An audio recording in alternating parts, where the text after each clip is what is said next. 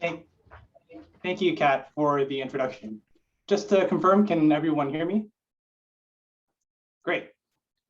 So I joined Planet Labs late last year. They're a public benefit corporation that takes a picture of the Earth every day. They're at the forefront of what's called high frequency satellite imaging. High frequency meaning often, and satellite imaging being photos from space. They sell a backlog of images going about 10 years or so. And with this catalog of images, you can see really interesting change here down on Earth. You can watch rivers ebb and flow. You can see cities and suburbs expand. And you can assess the nature of a natural disaster as it happens or after it happens.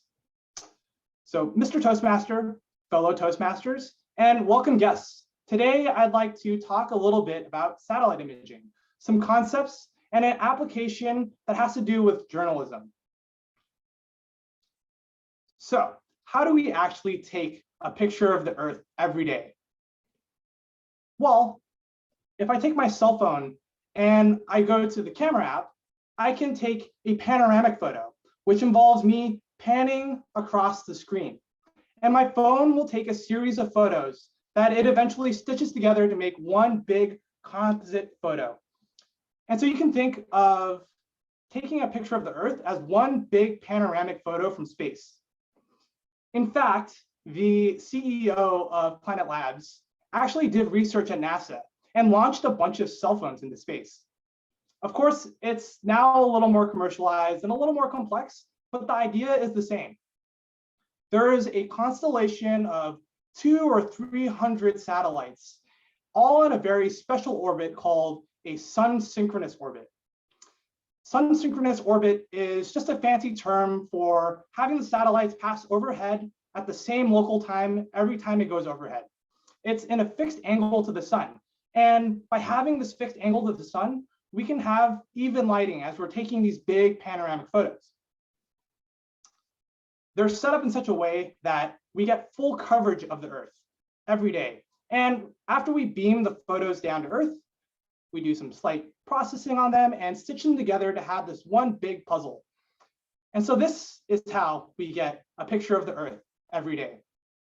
Now, it's not a super high resolution picture.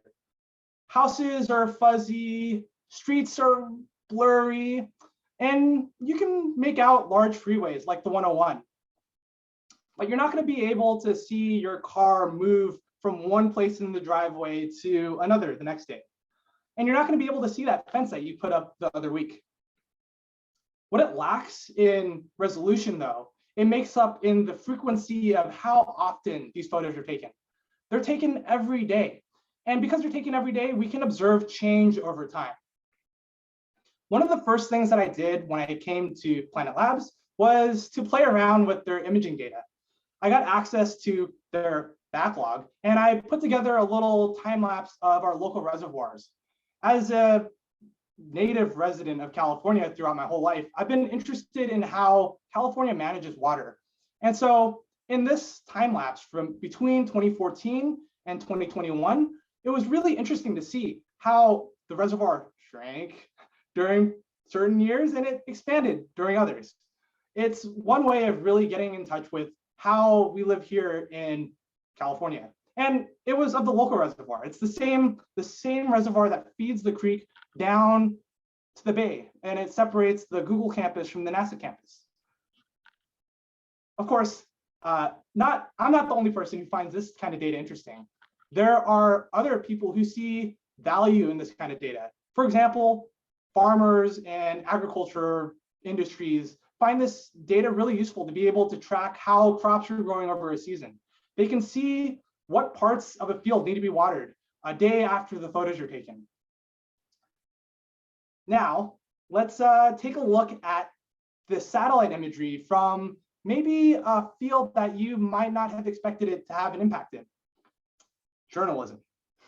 So in 2018, a journalist from BuzzFeed News who was following the internment camps of Uyghurs in Western China noticed something strange. Baidu Maps, the Chinese equivalent of Google Maps, wasn't loading tiles in areas with well-known internment camps. And it wasn't a one-off thing. She went off and looked at other areas that were well-known, and they returned blank tiles too. She took advantage of this. She gathered up a couple other journalists and scraped the entire map of China for all of these blank areas. Of course, there are more than just internment camps. There are areas of political concern and military concern that were off of Baidu Maps. They used publicly available, commercially available satellite imagery to fill in the gaps, including planets data. And they used their knowledge of city planning and architecture in order to rule down the number of facilities. They found 428 of these prison or camp-like detention centers. And because there was a catalog of data that was being taken day by day, they were able to see the evolution of this program over the last 5 years. For their efforts, they won the Pulitzer Prize in International Reporting in 2021. And I think that this is a really interesting application of how public satellite imaging is affecting us down here on Earth. So satellite imaging is another tool in our toolbox to be able to make good change in the future. In order to make change here down on Earth, we should be making models of how things are changing and to make decisions based on those. And I think satellite imaging is going to have a role to play for some of the biggest decisions that we're going to have to deal with change being this looming thing in the future. And so I hope this presentation has given you an idea of what satellite imaging is, some of the concepts of how we can actually take a picture of the Earth, and how it can impact us in ways that you might not expect. Thank you. And I'll hand the stage back off to our Toastmaster today.